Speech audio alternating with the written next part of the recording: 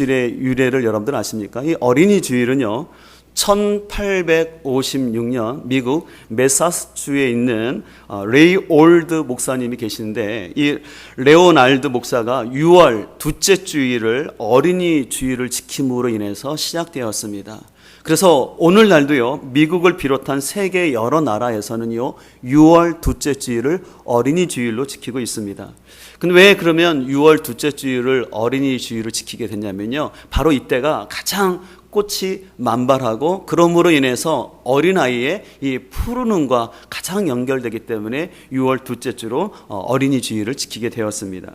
우리나라에도 초창기에는요, 6월 둘째 주를 어린이 주일로 지키다가 1956년부터는 5월 첫째 주일로 변경이 되었습니다. 왜 그렇게 했냐면, 여러분들이 아시는 것처럼 우리나라 같은 경우는 1946년에 어린이날이 제정되었습니다. 그래서 그 어린이날이 여러분들 아시는 것, 소파 방정환 선생님을 비롯한 분들의 수고로 인해서 5월 5일을 어린이날로 지켰는데, 그것을 중심으로 생각하다 보니까는 5월 첫째 주가 어린이날 주일로 지키는 게 더 좋겠다라고 생각해서 우리나라는 이제 1956년부터 이제 5월 첫째 주일을 어린이 주일로 지키게 되었습니다.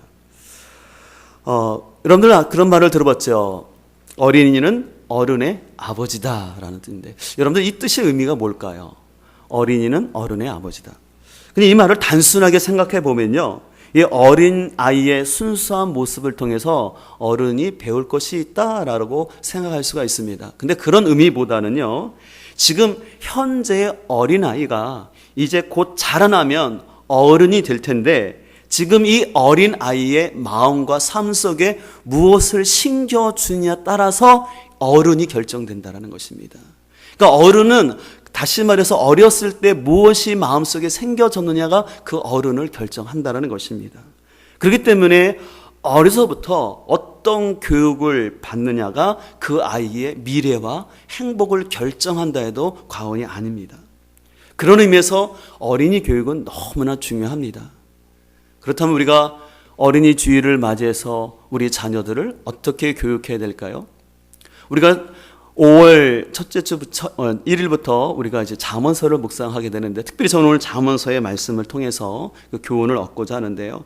오늘 잠언을 통해서 우리가 자녀들을 어떻게 교육해야 할지 첫 번째로 배워야 될 것이 있다면, 우리는 우리 자녀들에게 바른 분별력을 심어줘야 할 줄 믿습니다.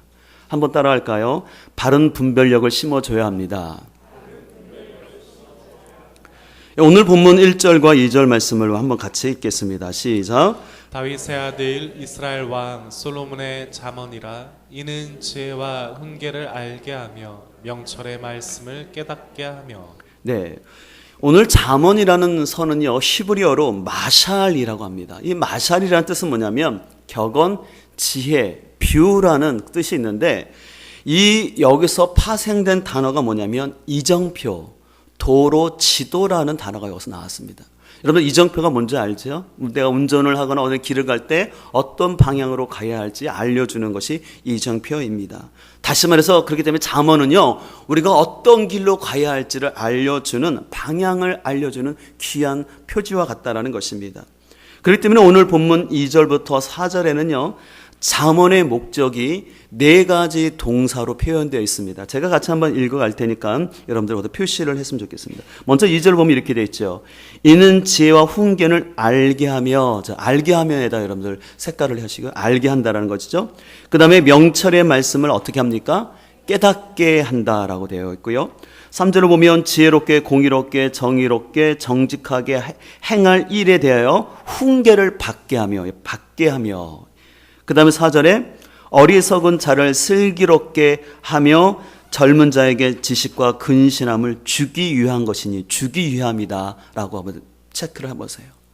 자, 이게 4가지 동사인데 앞에 화면을 보시면 잘 나와 있어요. 보면은 이 잠언의 목적인데, 그것은 우리에게 지혜와 훈계를 알게 한다라는 것입니다. 그 다음에는 뭐냐면 이것을 단순히 아는 정도가 아니라 그것을 통해서 말씀을 깨닫게 한다라는 것이에요. 그리고 무엇보다 또한 행할 일에 대해서 훈계를 사람들로 하여금 받게끔 한다라는 것이에요. 그 다음에서 지식과 근심을 분별할 수 있도록 얻게 한다. 다시 말해 준다라고 얘기를 하는 것입니다. 근데 여기서 순서가 중요한데요. 다시 화면을 보여주시면요. 먼저는 사람은요, 내가 이 지혜가 필요하다라는 것을 알고 깨달아야 합니다. 아, 사람이 살아가는데, 지혜와 이게 필요하구나. 아는 게 필요해요. 그 다음에는 그것을 받고자 하는, 훈계를 받고자 하는 마음의 자세가 필요하다는 거예요. 그러니까 훈계를 받고자 하는 마음이 자세가 없는 사람에게는 이것이 효과가 없다라는 것입니다. 그랬을 때 그 사람이 결국은 얻는 것은 이 지식의 근신함을 얻게 된다라고 얘기를 하는 것입니다. 특별히 오늘 이 3절 말씀을 공동 번역에서는 이렇게 번역하고 있는데요. 여러분 자막을 보시고 공동 번역으로 3절을 읽겠습니다. 시작. 교육으로 사람을 깨우쳐 무엇이 옳고 바르며 떳떳한지 헤아리게 하려는 것이다. 자, 보세요. 잠언을 주신 목적을 3절은 좀 더 쉽게 하는데 옳고 바르고 떳떳한 게 무엇인지 뭐래요? 헤아리도록. 다시 말해서 지혜란 분별력이라는 것입니다.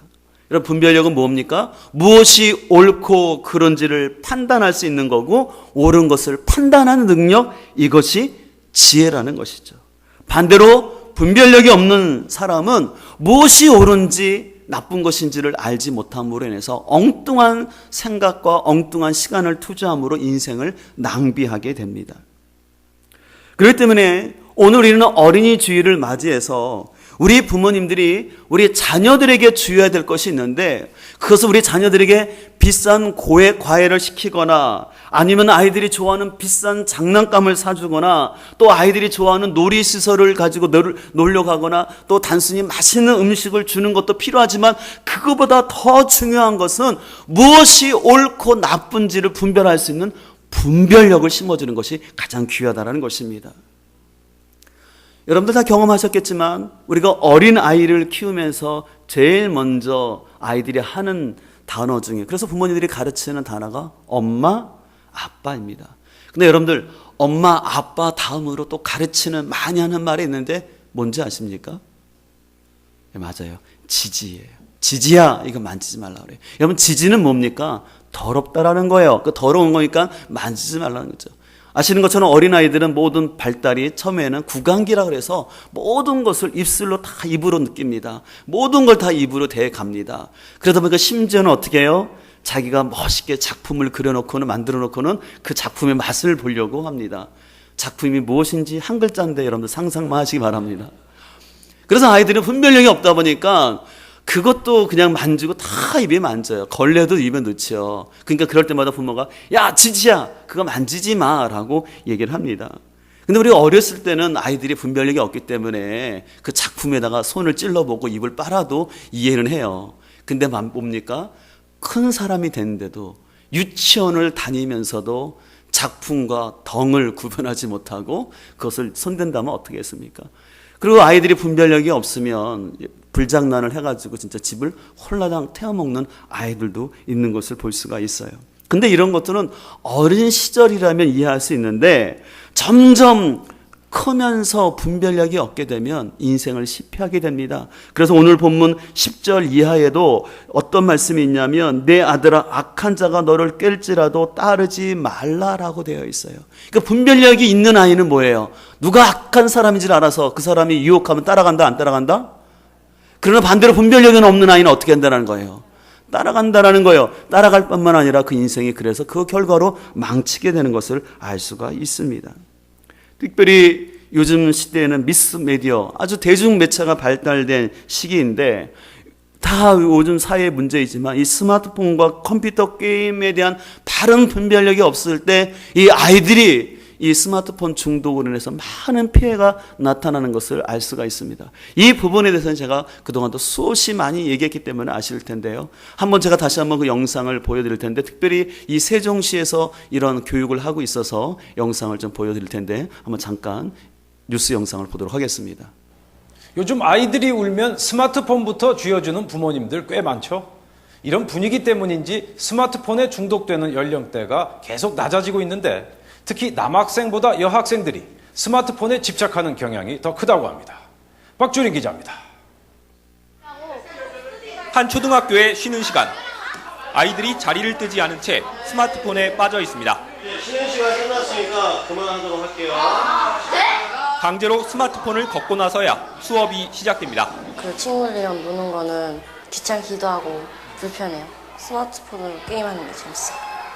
여성가족부가 초중고교생 156만 명을 조사한 결과 전체의 12%인 18만 7천 명이 스마트폰이 없으면 일상에서 장애를 겪는 중독 위험군인 것으로 나타났습니다. 중고등학생은 작년보다 4분의 1가량 감소했지만 초등학생은 20% 이상 증가해 중독 연령은 더 낮아지는 추세입니다. 특히 여학생은 스마트폰에, 남학생은 인터넷에 집착하는 경향이 두드러졌습니다. 스마트폰에 빠르고 강한 자극에 중독될 경우 학업이나 대인관계 등 실제 현실에는 둔감해지는 이른바 팝콘 브레인 현상을 겪게 됩니다. 이처럼 중독된 학생의 뇌파에선 감정 조절 등을 담당하는 우측 전두엽이 파란색으로 표시돼 기능이 떨어졌음을 나타냅니다. 적절한 시간이 어느 정도인지 아이와 같이 상의를 해서 정하고요. 대체할 수 있는 활동들을 함께 찾아가는 것이 필요할 것 같습니다. 전문가들은 스마트폰 사용을 제한했을 때 공격성을 보이거나 거짓말을 한다면 중독을 의심해 볼 필요가 있다고 조언했습니다. MBC 뉴스 박주린입니다. 네, 여러분들 들은 것처럼 여러분들 스마트폰이나 게임에 너무 중독되면 아이들 많이 사용하면 하루에 1시간 이상씩 사용하게 되면 이 전두엽이 파괴된다는 거죠. 여러분들 아까 전두엽은 사고를 하는 담당이에요. 뭐 분별하는 기능이에요. 근데 이것이 파괴된 아이들은 공부가 집중이 안 된다는 것이죠.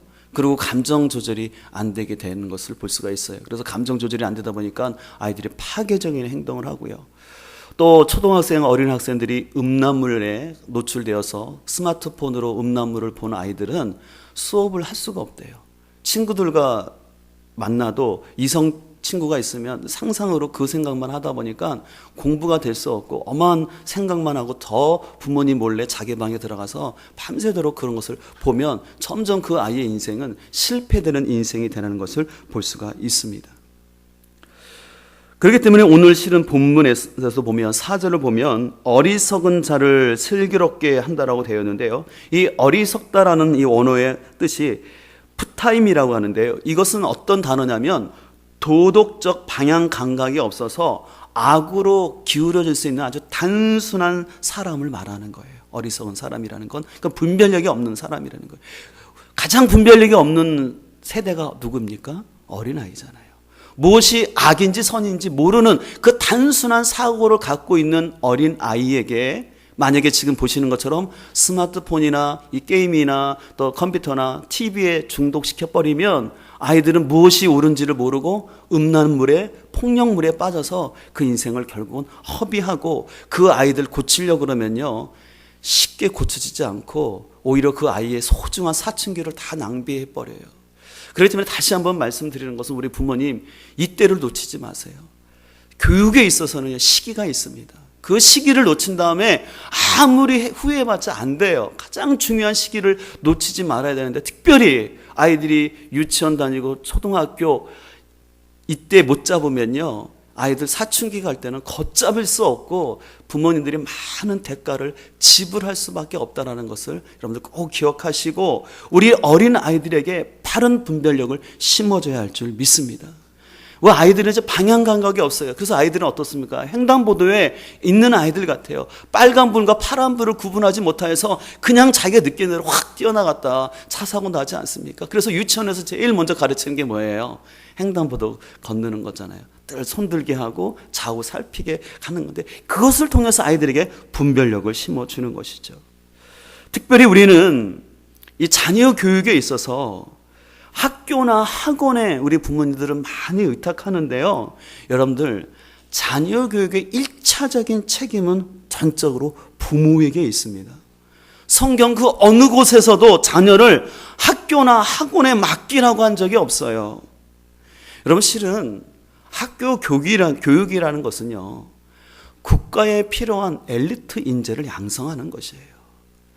저희 같은 데는 옛날 초등학교 다닐 때는 국민학교죠. 저희 세대는 한 반에 70여 명이 넘었지만 그 70여 명에 다 관심 갖는 게 아니에요. 실은 수업에 따라오는 몇몇 아이들을 중심으로 해서 그 아이들이 사회에 공헌할 수 있는 그런 리더로 만드는 거 나머지는 그냥 어떻게 보면 요즘 부모님들이 표현하는 것처럼 들러리고 또 요즘 아이들이 그런 표현을 하더라고요. 성적 깔아주는 아이라고 하더라고요. 실은 학교에서 전체 아이들을 신경 못 써요. 소수의 아이들, 따라온 아이들, 그리고 그 아이들이 결국 사회를 이끌어가게끔 만드는 게 이 학교 교육인 것을 볼 수가 있습니다. 무엇보다 이 학교 교육이라는 것이요, 이 진화론적인 교육관을 가지고 있기 때문에요, 하나님을 철저히 배제시키고 인본주의적인 교육을 실시합니다. 우리가 학교를 안 보낼 수는 없어요. 그러나 학교 교육이 필요하지만 먼저 가정 안에서 부모님들이 자녀들에게 바른 가치관과 바른 분별력을 심어줘서 그들이 바른 인생관, 세계관을 갖도록 이 분별력을 심어주지 않으면 우리 자녀들, 여러분들 학원으로 막 돌리지 않습니까? 그건 절대 지혜로운 방법이 아닙니다.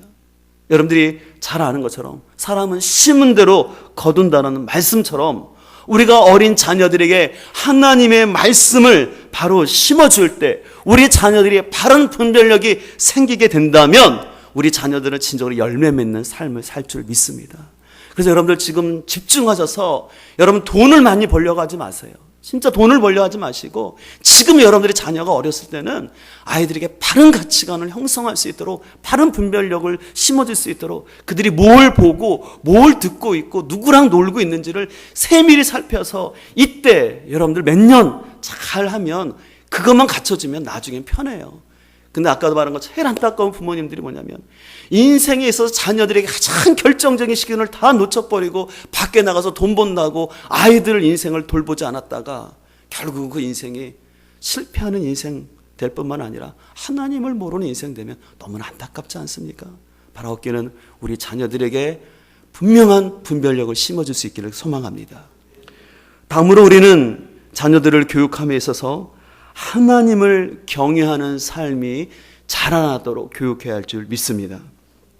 오늘 본문 5절과 7절 말씀을 우리 앞에 자막을 보시고 세 번역으로 한번 같이 읽도록 하겠습니다. 시작. 지혜 있는 사람은 이 가르침을 듣고 학식을 더할 것이요 명철한 사람은 지혜를 더 얻게 될 것이다.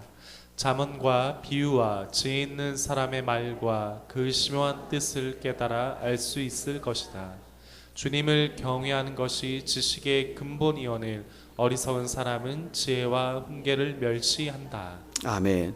7절 끝부분을 보면 주님을 경외하는 것이 지식의 근본이다라고 말하고 있습니다. 이 경외라는 단어 굉장히 중요한데요.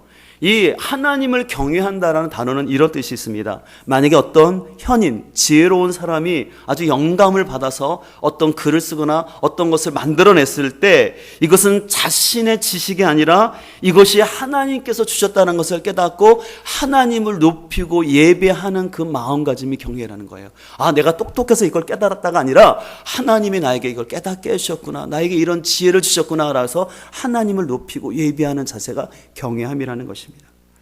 또 이 경외한다라는 것은 모든 지혜 가운데 최고라는 뜻이 있어요.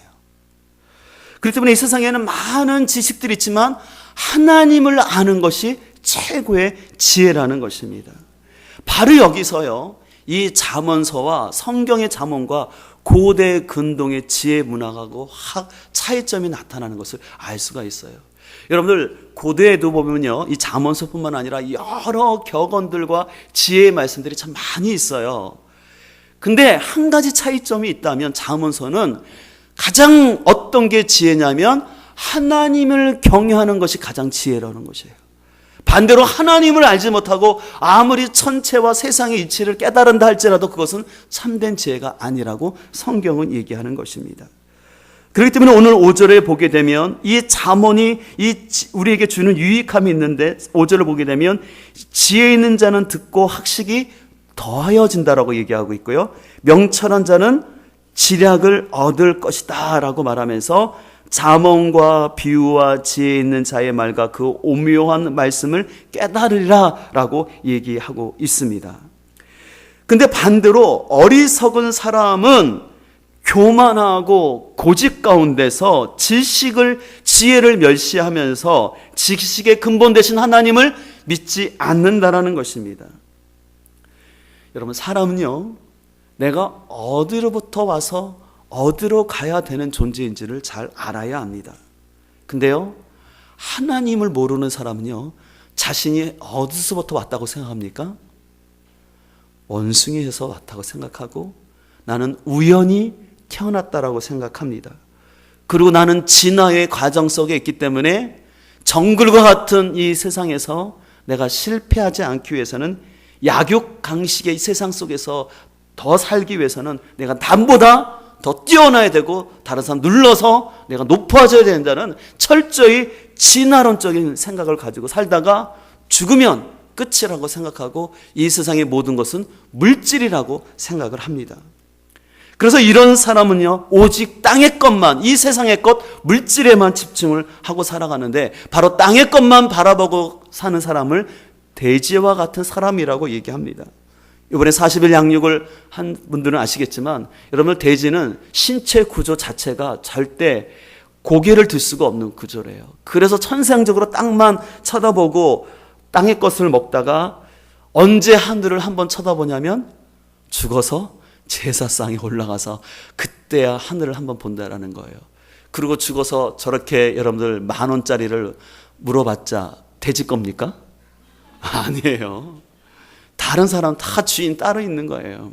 그래서요, 하나님을 알지 못하는 사람은요, 좀 표현이 좀 여러분들 불편할지 모르지만 진짜 돼지 같은 인생 살아갈 수밖에 없는 거예요. 결국은 땅에 거 있어서 먹어야 할지 안 먹어야 할지 이것저것 다 먹다가 결국은 죽는 게 우리 인생이라는 것입니다. 그리고 나중에 후회해봤자 아무 소용없어요. 아, 땅만이 아니라 하늘이 있었구나. 늦은 후회가 된다는 것입니다.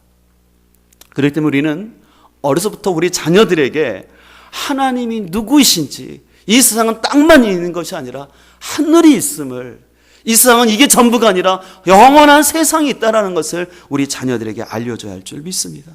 저는 그런 의미에서요, 여러분의 자녀들이 혹 수학이나 영어를 좀 못해드려도요, 하나님을 경외하면 그것이 더 복된 자녀라는 사실을 믿으시길 바랍니다.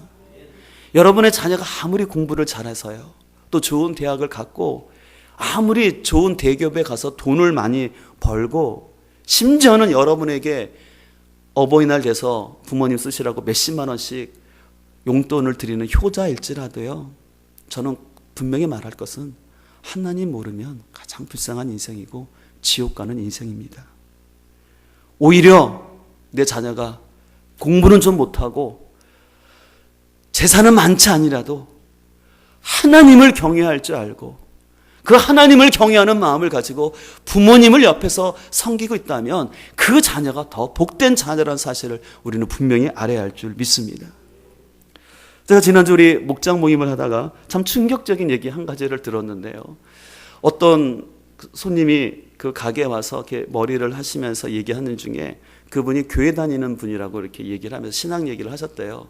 근데 그 다음이 문제였는데 그분은 자기가 교회는 다니지만 자기 자녀의 신앙에 대해서는 타치하지 않는다는 것입니다. 왜냐하면 신앙이라는 게 자유롭게 하는 것이지 부모에 의해서 강압하면 안 되기 때문에 자기는 그냥 놔둔다는 것이에요. 굉장히 교양 있는 척하지만 이건 참 어처구니가 없는 말입니다. 이런 부모가 크리스찬입니까? 아니에요, 여러분들. 그 사람 크리스찬 아니에요. 아니, 교회를 다닌다면서 자기 자녀의 신앙을 타치하지 않는다는 게 무슨 교양 있는 겁니까? 실은 며칠 전에도 이런 뉴스가 나왔어요.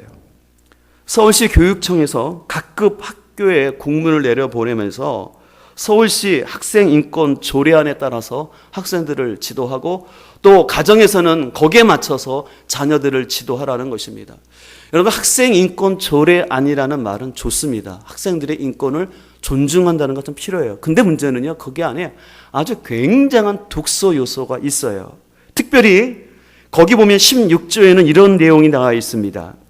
양심, 종교, 자유에 대한 조항으로서 학생에게 예배나 법회 등 종교적 행사에 참여나 기도, 참석 등 종교 행위를 강요하는 행위 하면 안 된다는 거고요.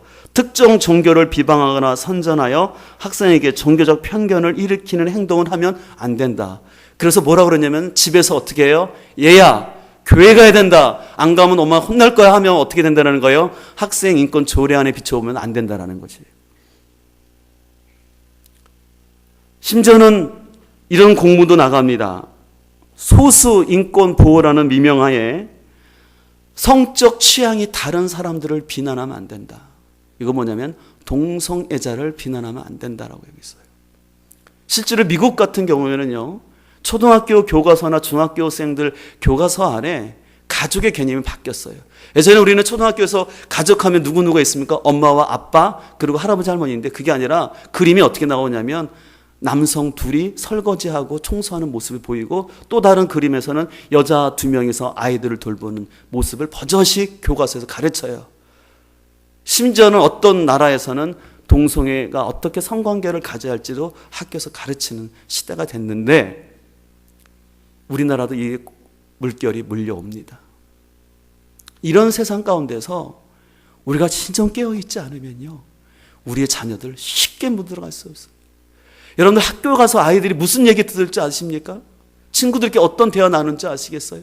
이런 얘기들을 들은 애들, 그래서 미국 같은 경우는 이런 동성애 교육이 버젓이 실시함으로 인해서 동성애에 대해서 50%가 벌써 넘어갔고, 심지어는 일부 장로 교단에서는 동성애자를 인정할 뿐만 아니라 동성애 목회자를 목사로 안수하는 그런 일까지 벌어지고 있습니다. 우리는 분명히 자녀의 인권을 존중하고 인격적으로 대해야 합니다. 그러나 우리는 분명히 하나님이 우리의 창조주요 예수 그리스도가 우리의 구원자라는 사실에 대해서는 타협할 수 없고 분명히 가르쳐야 할 줄 믿습니다. 이 사실을 위해서라면 매를 들어서라도 채찍을 들어서라도 가르치라는 것이 성경의 교훈입니다. 그렇기 때문에 잠언 23장 13절과 14절은 이렇게 말하고 있습니다. 아이를 훈계하지 아니하려고 하지 말라라는 것입니다. 채찍으로 그 자녀를 때릴지라도 그가 죽지 아니하리라고 말합니다. 내가 그를 채찍으로 때리면 그의 영혼을 어디서 구원한다는 거예요? 수월이 뭡니까? 지옥에서 구원한다는 거예요. 반대로 여러분이 여러분의 자녀 타치하지 아니하고 그대로 놔두면, 채찍 들지 아니하면 그 영혼들이 어떻게 된다는 거예요? 지옥 간다는 거예요. 잠언 29장 15절은 말합니다. 채찍과 꾸지람이 지혜를 주고는 의미로 행하게 버려둔 자식은 어머니를 어떻게 된다고 합니까? 예. 임의로 행하게 버려둔다는 건 뭐예요? 예, 내버려둔다는 거예요. 그래, 네 신앙 네가 하니까 네가 알아서 해라. 우리 가정은 인격적이고 자유로운 가정이니까 네가 좋은 대로 해. 그 자녀가 어떻게 된다는 거예요? 나중에 그 부모를 욕되게 하고 천추의 한이 되는 그 아이가 된다는 것이에요. 그렇다고 해서 여러분들 오늘 이렇게 설교 듣고 와서 집에 가서 자녀를 막 때리면 안 됩니다. 이 본문은 막 자녀를 때리라는 본문이 아니죠. 그래서 신약성경 에베소서 6장 4절에 이렇게 말합니다. 또 아비들아 자녀를 노엽게 하지 말고 오직 지혜, 교훈과 훈계로 양육하라 그랬어요. 여기서 자녀를 노엽게 하다라는 것은요, 공동 번역에는 이렇게 말하고 있습니다. 자녀를 노엽게 하지 말라는 것은 자녀의 마음에 상처를 주지 말라는 것이에요. 상처를 주지 말고 아이들에게 바르게 교육하라는 것입니다. 우리 자녀들이 어느 때 상처를 받을까요? 그것은 부모님들이 격한 말을 감정으로 막 할 때. 여러분들 부모님들이 잔소리 마음에 아이들이 싫어하죠. 여러분들 잔소리의 정의가 뭔지 아십니까? 한번 따라하세요. 잔소리란 옳은 얘기를 기분 나쁘게 하는 것입니다. 가만히 보면 잔소리가 맞긴 맞아요. 근데 뭐가 문제예요? 기분 나쁘게 말하는 거예요. 또 부모님들이 잔소리하면 아이들이 변할까요? 안 버릴까요? 절대 안 보내요. 그 옳은 얘기들에도 절대 부모님의 감정으로 아이들 기분 나쁘게 해서는 절대 안 돼요. 그래서 부모님의 말하는 태도와 그 자세가 굉장히 중요한 거예요. 여러분들 말하는 내용이 문제가 아니라 그것을 전달하는 의사소통의 방법과 자세가 굉장히 중요한 거예요. 제가 가만히 이렇게 보면 부자라고 자식 교육에 성공하는 것도 아니고요, 가난하다고 실패하는 것도 아닌 것 같아요. 문제는 자녀를 오냐 하면서 타치하지 않고 방임한 부모는 결국은 실패하지만, 비록 가난할지라도 그 자녀를 사랑으로 교양과 훈계를 잘 가르치면 자녀들이 잘 바르는 것을 보면서 우리는 가정 안에서 어려서부터 큐티하는 생활들을 꼭 가르치고, 아이들에게 식사 기도하는 거 가르치고, 어려서부터 11조하는 훈련을 통해서 물질의 주인이 하나님인 것을 바로 가르치면 그 자녀의 삶 진짜 성공하는 인생이요, 아름다운 인생 될 줄 믿습니다. 우리 옆에 사람 같이 인사하실까요? 바른 믿음으로 믿음의 명가가 됩시다. 네, 마지막으로 우리 삶 가운데 우리 자녀들을 교육하기 위해서는요, 흔들리지 않는 부모가 되어서 우리 자녀들이 열매를 맺도록 해줘야 할 줄 믿습니다. 오늘 8절에 이렇게 말합니다. 내 아들아, 내 아비의 훈계를 들으며 내 어미의 법을 떠나지 말라. 여기 보니까 아비와 어미의 역할을 얘기하고 있어요. 우리는 흔히 집안일은 누가 하는 겁니까? 여자가. 그리고 힘들고 어려운 바깥일은 누가? 남자가. 아버지가 한다고 생각해요. 그런 생각 속에서 자녀 교육은 누가 한다고 생각해요? 그래서 아버지들이 하는 말 있죠. 자녀가 문제가 생기면 뭐라고 그래요? 엄마한테. 애를 어떻게 가르쳤냐고 하는데요. 이것은 굉장히 잘못한 사고방식이에요. 여러분들, 자녀는요, 엄마가 가르치는 것이 아니라 아버지와 엄마가 같이 해야 되는 거예요. 자녀 교육만큼은 공동의 책임이라는 것입니다. 옛날에 그런 말이 있어요. 엄부자모라겠죠. 아버지는 엄하고 어머니는 자애로워야 된다라고 얘기하는데요. 저는 그건 아니라고 생각해요. 중요한 일에 있어서는 엄마와 아빠가 다 엄해야 됩니다. 특별히 신앙과 관련된 부분에서는 엄하게 가르쳐야 돼요. 그러나 아이가 실수하고 부족한 모습에 대해서는 아빠나 엄마나 다 자애롭게 불쌍하게 그 아이를 품어줄 수 있는 게 건강한 모습이라고 할 수 있어요.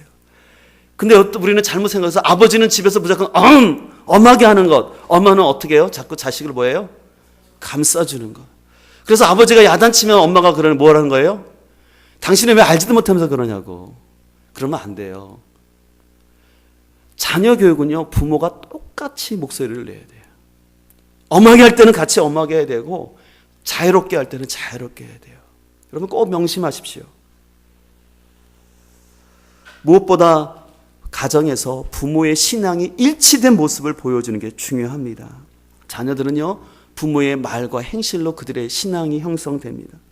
교회에서 아무리 직분을 가졌고 아무리 교회를 오래 다녔다 할지라도요, 부모님이 세상적이고 돈을 밝히는 믿음의 자녀들은 뭐를 밝힐까요? 돈 밝혀요. 그건 정확해요. 신문대로 거둔다는 걸 저는 너무나 정확히 알고 있어요. 그래서 저는 직분자들의 가정을 더 유심히 봅니다. 그래서 여러분들 직분자들을 명심할 것은요, 여러분들 직분자라고 안심하지 마세요. 여러분들이 집에서 한 말과 행실을 그대로 자녀에게 전하치는 거예요. 오늘 2부 때 헌혈식이 있지만 제가 헌혈식을 교육하면서도 한 가지 당부한 게 있습니다. 앞으로 부부가 살다 보면 이런저런 일로 싸울 때가 있는데 철칙이 있다.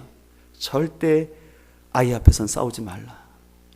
왜냐하면 아이 앞에서 부모가 싸우는다는 것은 그 자녀의 마음속에 암세포보다 더한 악한 세균을 그 자녀의 마음속에 심겨주는 거예요. 그래서 여러분들 명심하세요. 여러분들이 자녀들 앞에서 큰 소리 내고 싸울 때마다 여러분의 자녀의 마음속에는 병균이 들어간다는 걸 꼭 기억하셔야 돼요.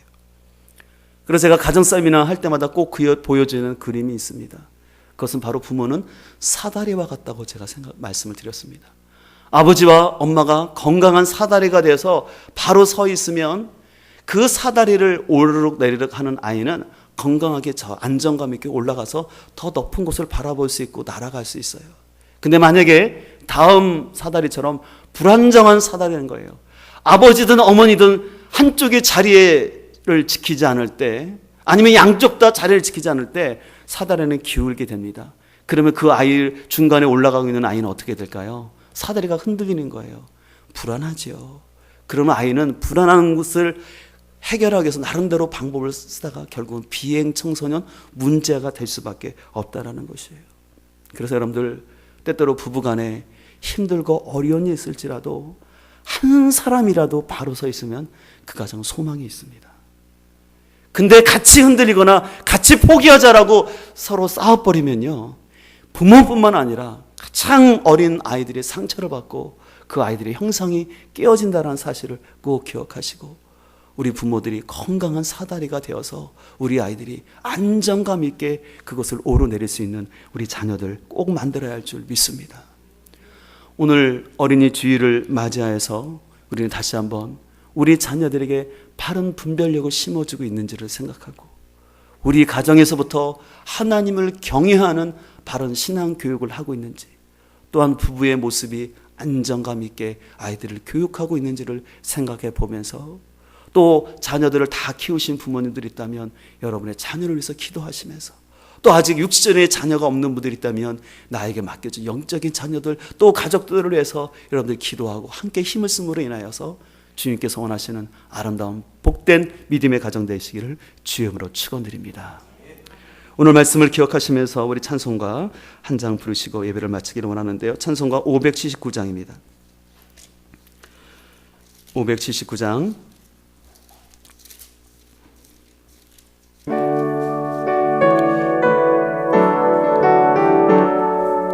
1절과 4절 같이 찬양하겠습니다.